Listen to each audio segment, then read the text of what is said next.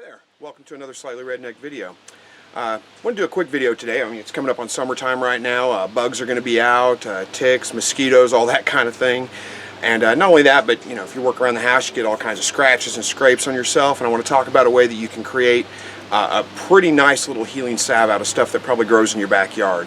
So today specifically, I'm going to be focusing on plantain because it's abundant here, and it's a great healing herb to keep on hand for those kinds of things. Like I said, a bug bite, scratches, scrapes, any of that kind of stuff, this is going to work great on. So let's start off and let's identify some plantain that's growing in my yard. Chances are you probably have it growing in yours too. Alright, so I'm going to mow today, and you can see I've just got weeds growing up everywhere, or at least what people call weeds. So let's take a look here. This right here, this is a, there we go, this is a narrow leaf plantain. I've got two different types of plantain growing here. This is all narrow leaf plantain. If I move over here, this is my broadleaf plantain. This is the one I'm going to be focusing on. I like to use it. You know, I honestly don't know if there's a big difference between the two, but I prefer the broadleaf plantain. I'm just more familiar with it. So if you have a problem identifying plantain, it's pretty easy, especially the broadleaf. There's not much that looks just like this. It grows flat to the ground, kind of. Puts out these big broad leaves. And let me see if I can find, here we go.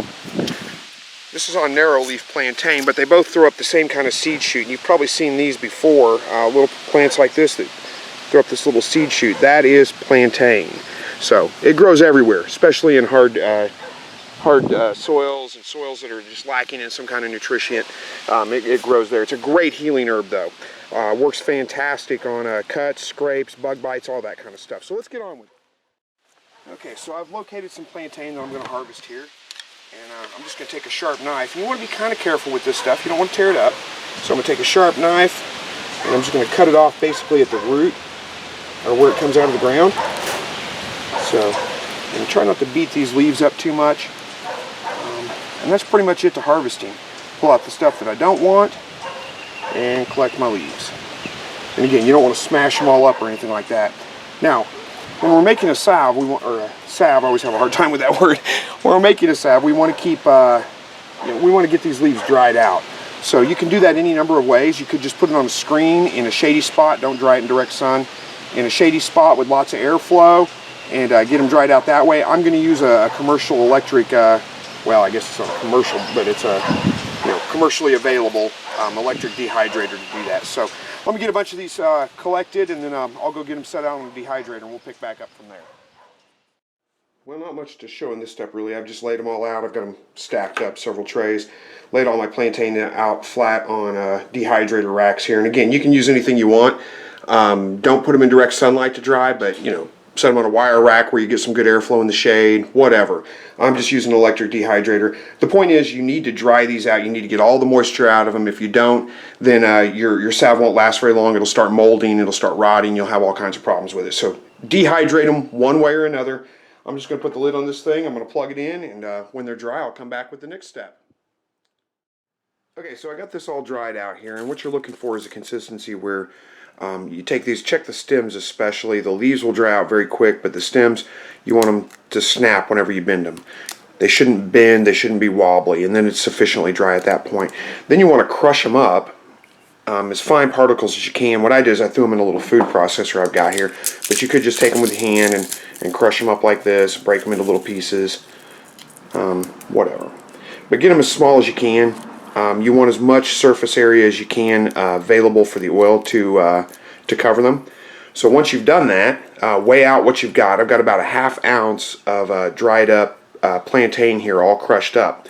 So you want to use a ratio of about 1 ounce of this to a cup of oil, and you're going to use a fixed oil. So use something like olive oil is probably the easiest because it's easiest to come by for me. Flaxseed oil. There's a couple other ones, but fixed oil is what you're looking for there. So I'm going to take about a ½ cup because I've got a ½ ounce of plantain here, and I'm going to pour my oil right into there. You want to make sure that you've got enough oil to saturate and really make everything very, very wet. And then I'm going to stir this up. You may need to add a little bit more oil if you don't have enough. This is just about right.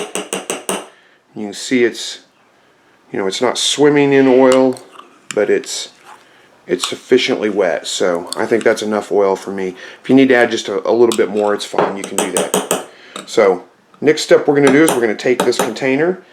We're going to put this in. I'm going to use my oven. Set it about 100 degrees. You want this to be kept between about 100 to 140 degrees roughly for about 3 to 5 hours. So somewhere, I'm going to do about 5 hours. I'm just going to put it in my oven. My oven has a temperature of 100 degrees. Check it every once in a while.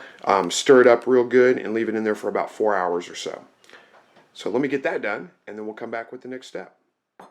Alright, so I've got my plantain oil here that's been cooking, sitting at about 130 degrees for about 4 or 5 hours now, so it's ready to strain off. What I've done is I've just got a little strainer here, if you can see it, little strainer, and I've just lined it with cheesecloth, put it over the top of another jar, and I'm just going to pour this through that do it while it's warm so that it actually flows. And I'm going to pour all the gunk out of there. I'm going to let that strain out. Alright, we're going to give that some time to strain. And once I get that all strained out, we'll move on to the next step.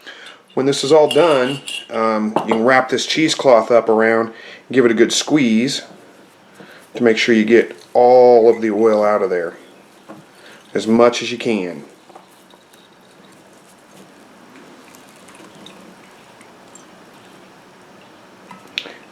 And this is going to be what you're left with, is nice green, get in the sun, nice green oil with no debris left in there. So we'll give that time to go ahead and strain out, like I said, and then I'll come back with the next step. So I've got my oil all strained out, and what I've done here is I've just put a pot on the stove and I've turned it down to very, very low heat, filled it with water, and I poured the majority of my oil back into this jar right here. I'm sitting in here to let it warm up. You could do this right in the pot. I just don't have enough to really, I'm only working with a half cup here. If I was working with a bigger quantity, I'd do it right in the pot. I wouldn't use this pot. I'd use stainless steel instead. But this is a Teflon coated pot here. So, but I'm just going to warm this up. I need to thicken it, and I'm going to do that with beeswax. Do save a small amount of your oil in a separate container, because when you get done with this, if your consistency is too thick, you'll want some oil to add to it to thin it out a little bit. What I've got here is to a half a cup of oil, I've got about a half an ounce of beeswax that's been grated, so it's real fine in small pieces. So I'm going to add most of this, and again, I'm going to save a little bit of it. So I'm going to add probably 3/4 of that, roughly, to my oil infusion and melt that down. I'm going to save some of it back, because if it gets too thin, then I'll be able to add additional beeswax to it and give it a and thicken it up a little bit. So let me get this added to that, and then we're just going to wait till that melts. Whoops, I missed the cup on some of that. Wait till that warms up and melts, and then we'll come back and we'll see what we do at the next step there. And so my beeswax is all melted into my oil here. So what I'm going to do, before I cool the whole thing down to check the consistency, I'm going to get a little bit on the end of a spoon here, and I'm going to take it over to the freezer and stick it in the freezer and let it cool off real quick. And then I'll check the consistency of that, and I'll be right back. Okay, so there's my spoon with the salve on it. Have a hard time with that word. And that's a good consistency for me. It's easy enough to smear on things and wipe off, and it works pretty well. So if it's too thick for you, add some more of your oil to it. If it's too thin for you, add a little bit more of your beeswax to it. Now that I'm finished with this, I'm going to turn the burner off, and I'm going to let this cool. If you were going to add an essential oil to it to add some fragrance to it, let it cool off just a little bit, add a few drops of your essential oil to add some fragrance to it, and you're good to go. I'm going to transport this to a smaller container to store it. It's probably best to put it in a container that that's darker, that doesn't have exposure to light, but if you store it in a cool, dry place, then you're not going to have any problems with that. So turn this camera around here and I'll get this video closed out. All right, well, hopefully you learned something from this video, and thank you very much for watching it. As always, God bless.